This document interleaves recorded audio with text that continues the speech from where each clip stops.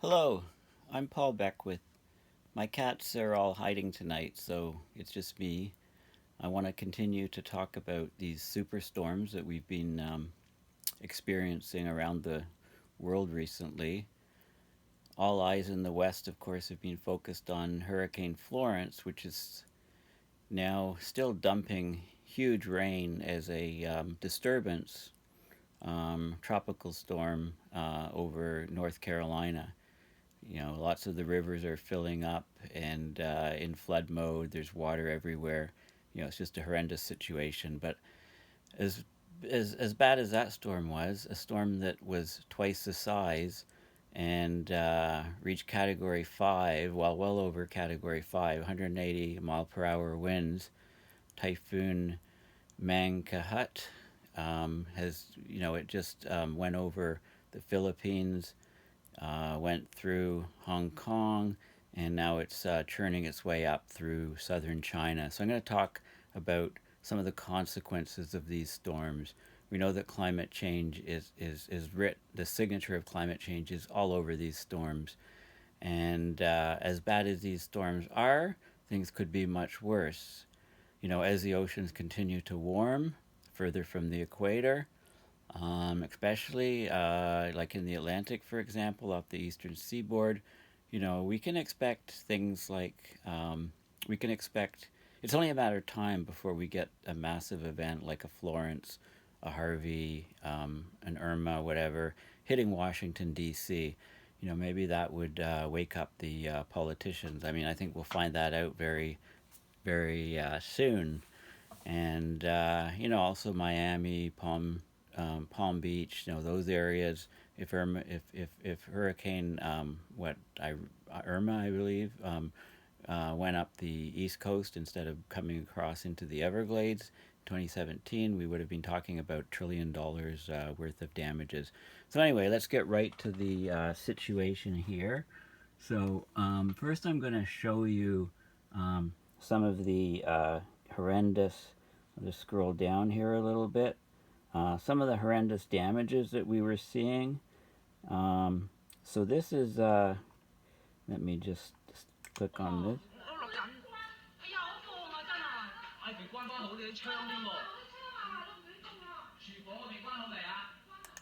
Okay, so this is a tornado. Remember that when you get a large superstorm, it can spin up the air and you get these tornadoes breaking off. So we're seeing that right now. I was looking earlier at Florence in North Carolina, and there's tornado warnings like near Myrtle Beach and things like that, or at least there was earlier. This is another. This is also in Hong Kong, I believe. Okay, so this is a massive tree, and the problem is that as you get lots of rain, it saturates the ground, and that saturation of the ground weakens the roots of large trees, and then the wind can just push them over. I believe this is in southern China. Okay, so the winds are powerful enough to actually blow over entire buildings. Here's another scene. I believe that's in Hong Kong. And this is haunting. This video is. Let me turn the volume up on this one. Okay, listen to the sounds of this guy.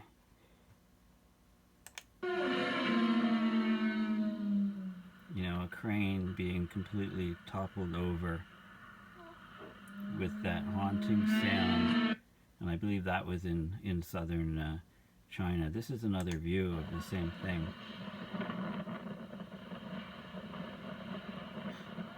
One thing today, a high-rise building losing some of its windows and aluminum superstructure.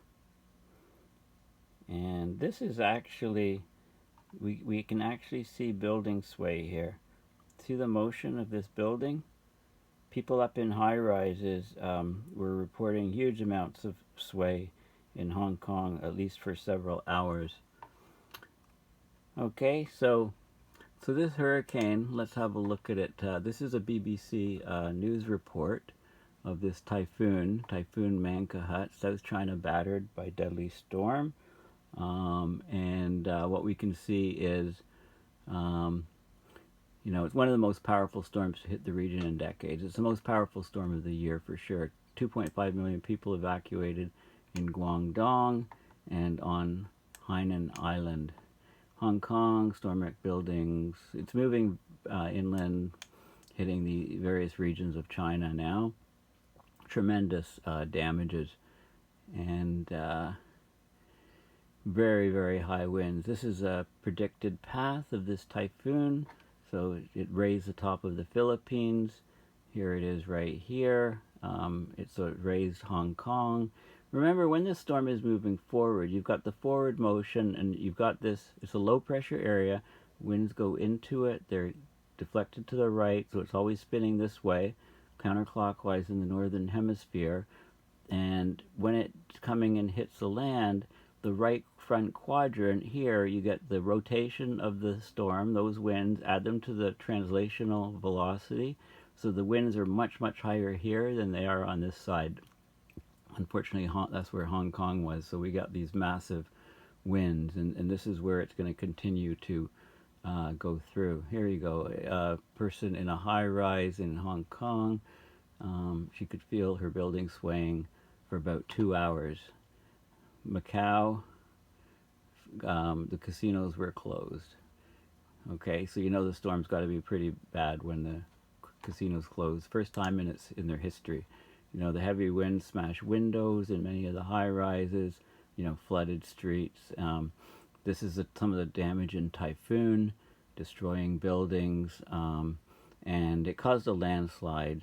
And that landslide then came down and trapped and killed a lot of people. Destroyed, of course, the vegetation, trashed, and so on. So there's these storms are becoming much more consequential now. This is a image from CNN talking about some of the statistics. This article on the power of super typhoon Mangkhat. So this is sort of the scale. You can see the size of Philippines here, and you can see the size of the storm. There's the capital. The eye came across here. Lots of winds over here, but the strongest winds, of course, would be on this side.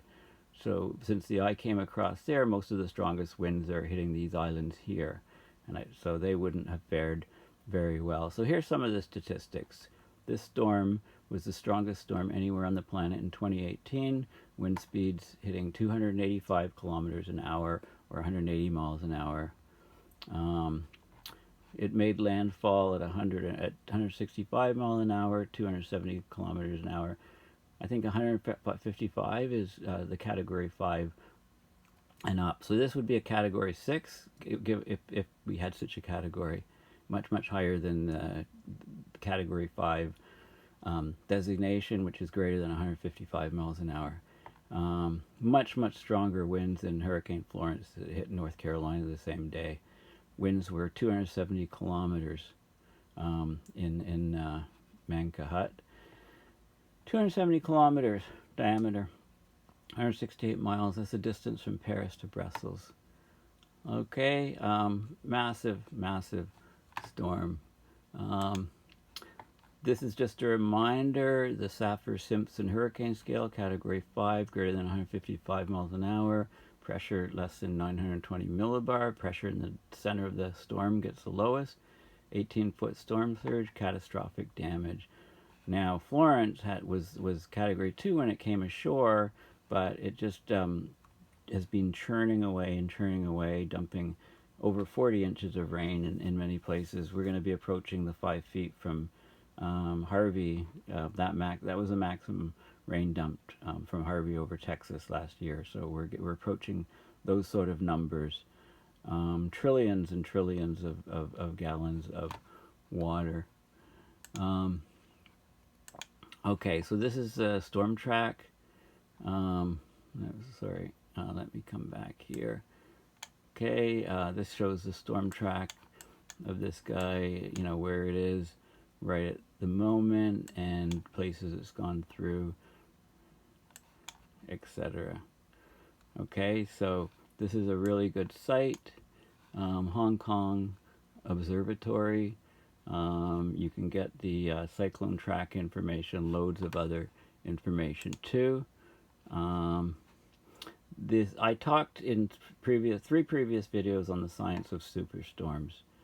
Okay, so I talked all about, a lot of people know it's the hot water of the oceans that's driving it, but there's many other factors, and I talked about all of them. This is the region where we came through. This is a great site, the Hong Kong Observatory Administration region, and you can see, another path of the storm there. And the water temperature is just far too warm. So basically yellow, this is 25.1 degrees Celsius, yellow and up, this is about 30. Okay, so these colors are 25 to 30, and then you get into reds at 34. So let's have a look at this region. So this whole region down here, the water is extremely warm. So we're getting these superstorms. You get a storm created and it just builds up to a superstorm here. Seems that wind shear in this part of the world is usually quite low. Now, if you think that's high, look at this. This is 34 degrees Celsius. Water evaporating there, if it's 35 degrees and 100% humidity, you can't live or work outside. You get heat stroke and die within about 8 hours outside. That'll be, near these regions. So this region or all around here will become the first region probably that becomes uninhabitable on Earth due to wet bulb temperatures reaching 35 degrees Celsius. That's 35 degrees Celsius and 100% humidity. Now, going back into Twitter, you can get the latest. Remember, you just do a search, and if we look for, type in Mangkhut, I'm probably slashing the pronunciation of that name, and then you can see all the latest. This is the pressure in the eye wall, and these are actually the top stories. You can get the latest, and you can see what's happening. Okay, so they're talking about the damages and all kinds of pictures and flooded places. Severe damage. These are some of the cities. This is the Philippines, actually. Some of the death toll and so on. You get all of this information here. Okay, and you can do the same thing for Florence or for anything else. I highly recommend too Google Earth if you don't have it on your computer. I just typed in Hong Kong. I'm zeroing in on the Hong Kong territories and things, and you can identify the different cities and see what's going on there. And I've covered those things. And again, Earth Null School is probably the best thing to look at. This is the default menu, which is surface winds, and you can see not much left of Florence. Let's go over here in this region and see what's going on. Okay, and there you can see the remnants of what's left of this storm when it updates. There we go. So it came across, clipped here. This typhoon came up here, and it's basically this is where it's heading right now. And you can just click on here and get more information, etc. Okay, so I'll remind you, this is the article to read. If you go to woodstockearth.blogspot.com, it's an article from a year ago. I did a bunch of videos that it was transcribed to this article, The Science of Superstorms in a Changing Climate. We can't be silly anymore about climate change. It's deadly. It's creating these massive storms, much beyond what we've experienced in the past, and we have to take action, strong action. Thank you for listening.